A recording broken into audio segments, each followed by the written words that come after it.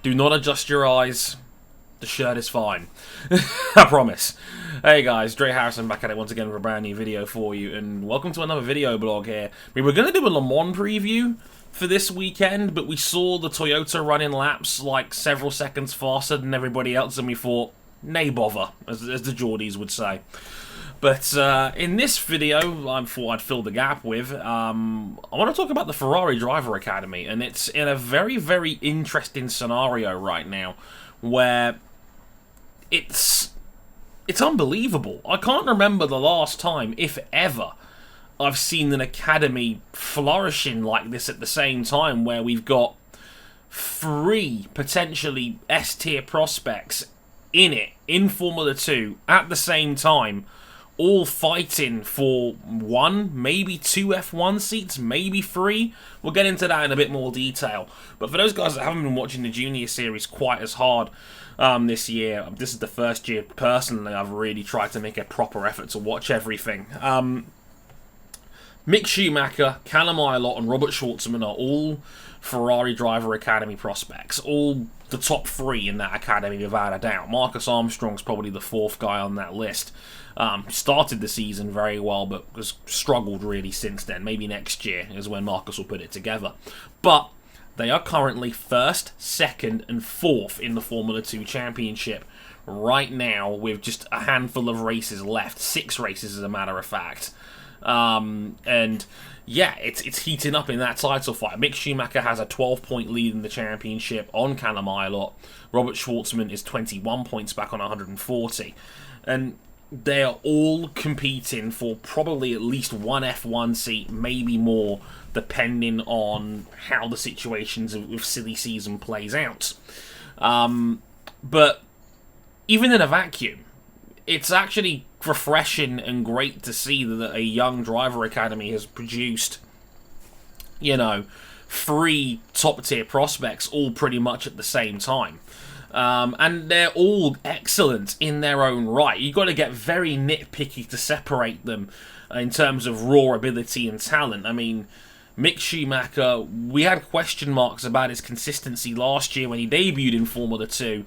He's now turned himself around into one of the most consistent drivers in the field right now. I mean, looking at the results on Wikipedia real quick in the background, 1, 2, 3, 4, 5, 6 podium finishes in his last 9 races, including that wonderful win at Monza's feature race, where, seeing a Schumacher win in a big red car at Monza couldn't help but warm my heart a little bit as an old school Ferrari fan. That's it's hard not to smile at something like that.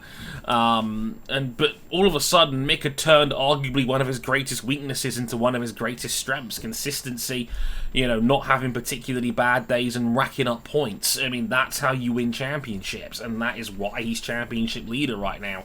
He's mitigated a lot of the errors that he had in his first year, and early on in this season, actually. He did stumble around a couple of times, but he's really ironed out a lot of that in his game. He's become a real opportunist. He's picked off dudes when the opportunities presented itself. I remember the Monza start he had during the feature race, where he overtook 4 dudes before we'd even gotten to the first corner, because he absolutely nailed the start on these difficult Dallara F2 cars that are notorious for having bad clutches and bad gearboxes, and yet there's Mick Schumacher absolutely nailing it. And in the sprint race that same weekend at Monza, he had an awful lockup, caused himself a whole bunch of tyre vibrations, and still was able to nurse the car home to third and another podium finish after Ticton was unfortunately disqualified for a leaky fuel tank that wasn't his fault. So we're seeing Mick become a bit more consistent in this year. And let's be honest, if you're Ferrari, he's the guy you kind of want to get into a Formula 1 seat as soon as possible. He's a Schumacher. The brand value and the name value is off the charts. Why wouldn't you want Mick up there? I'll talk a little bit more about that in a minute. Callum Illot, I think, is a great all-rounder. Excellent qualifier. Has had 4 pole positions this season. Has won he's equal first in the league in race wins this year with Robert Shwartzman. And I look at Illot and I go, he's probably the most ready for Formula One right now in terms of just all-round game. Race pace trim, qualifying trim, a little bit susceptible maybe in dogfights and overtaking situations. He's coughed up a few places here and there off of restarts and maybe being a bit tentative on occasion. But again, these are very minor nitpicks. Illot is driving very, very well and an excellent all-rounder as far as I'm concerned. Hasn't really got any big gaping holes in his game, and I think he's the prototypical F1 graduate that I think you could plug him into a decent car right now, and I think you'd get used to it very quickly. Callum is a very, very fast driver all round. He's already got the raw speed there that I look for in talents like him. And Shwartzman as well, same deal. Like Shwartzman, his upside is ridiculous. I remember when Shwartzman had that reverse strategy win in Hungary's feature race, and he absolutely decimated the field. And I said on Twitter at the time, I've seen all I need to see. Get him a Formula One seat immediately. You know, and I still stand by this, even if his season struggled a little bit. He's got a couple of qualifying concerns. I think he gives himself a little bit too much work to do in race trim sometimes, but the upside, and when he is dialed in, the upside is higher than any one of the three guys, maybe as high as anyone in Formula 2, or any young driver prospect in the world today. Shwartzman, when it's got it dialed in and hooked in properly, I think he's an incredible talent. Like, seriously, like, all three of these dudes are like 21, 22 years old. All of them are incredibly talented. All of them could still win the Formula 2 championship. And I can see all of them in Formula 1 next year. It's actually an incredible season for talent in general. I mean, I've not even mentioned Yuki Tsunoda in Red Bull's academy. I've barely mentioned Christian Lundgaard in Renault's academy right now, who is still got a decent chance at the championship. He's third right now. He's the guy that's the meat in the Ferrari driver academy sandwich. Even Nikita Mazepin has had great moments this year, despite some petulance along the way. His talent is there as well, certainly. So there's 5 or 6 dudes in Formula 2 right now you can make a valid case for F1 seats in the future. I'd even throw Dan Ticktum in there as a 7th name if he could iron out some of his management problems.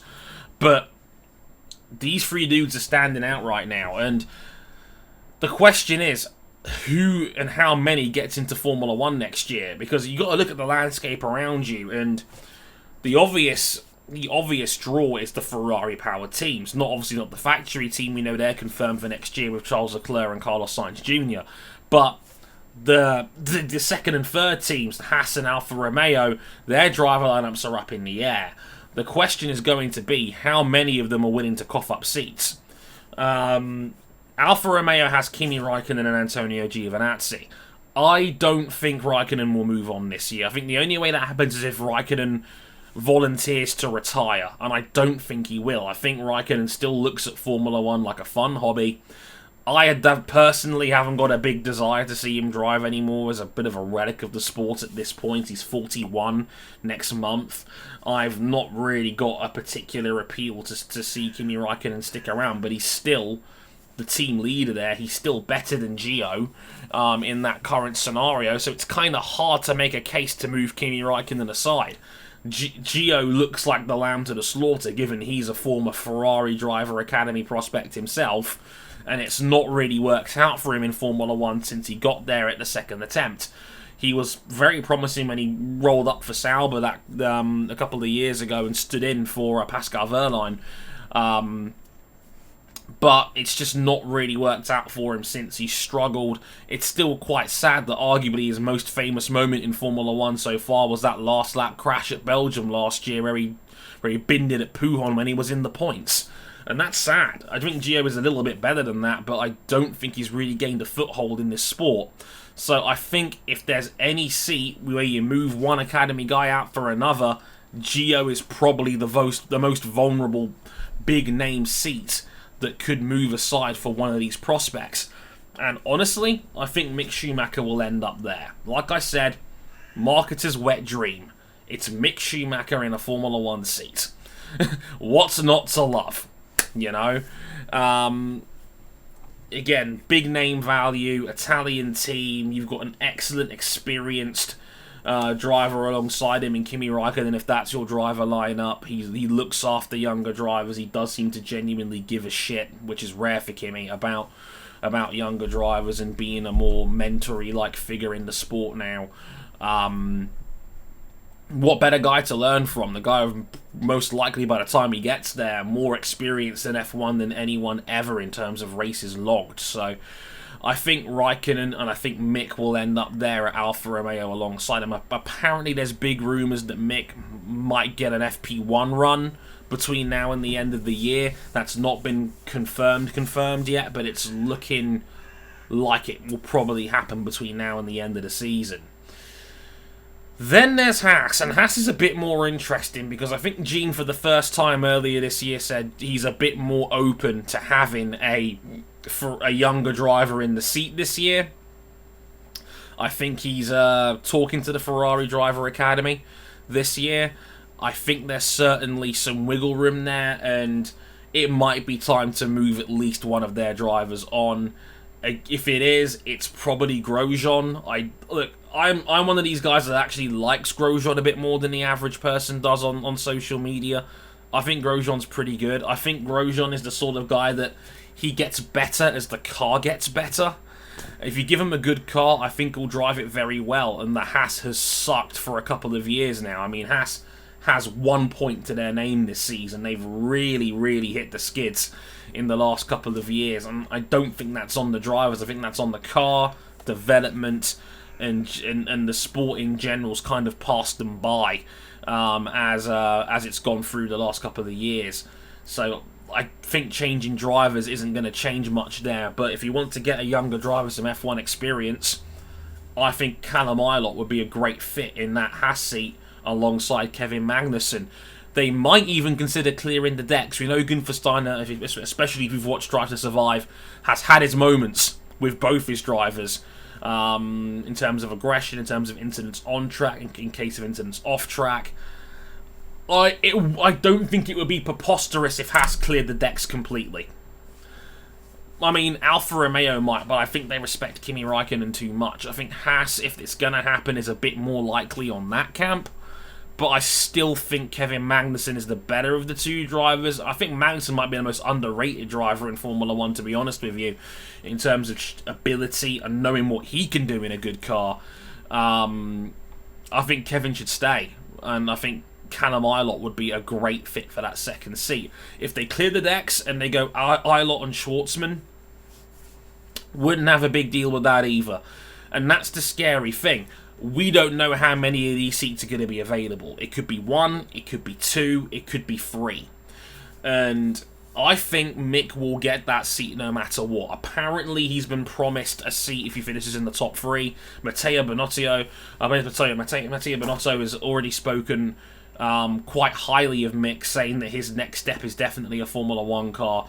So I think the way they're publicly talking about Mick, and I think the amount of people that are behind Mick, suggests to me that he'll end up in Formula 1 next year pretty much no matter what. And I think it could be a straight shootout between Illot and Shwartzman for the second seat, if there is a second seat available. If there is, it will probably be at Haas, and if it is, it's between Illot and Shwartzman. If somebody put a gun to my head right now and said which one would you take, I would probably take Callum. I think there's less holes in Illot's game compared to Shwartzman. And I think Illot is a little bit more ready for it. I don't think there's any harm in Shwartzman taking a second season in Formula 2. We forget he's a rookie. Illot and Mick have got an extra year of experience. I mean, it's not like Formula 2 is going to be super weak next year. It's going to still have Tsunoda. It's still going to have Lundgaard, most likely. It's still going to have Nikita Mazepin. You got Oscar Piastri, maybe Logan Sargent and Theo Pourchaire from Formula 3 coming up the ladder as well. There's still a lot of good veteran names in Formula 2.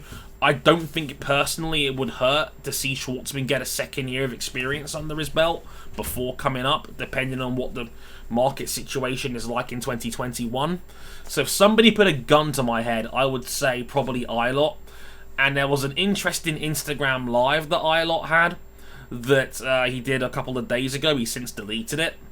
But he talked about his future, and he said that whatever happens, he's 95% sure he won't be back in Formula 2 next year, saying that the sport is too expensive to compete in.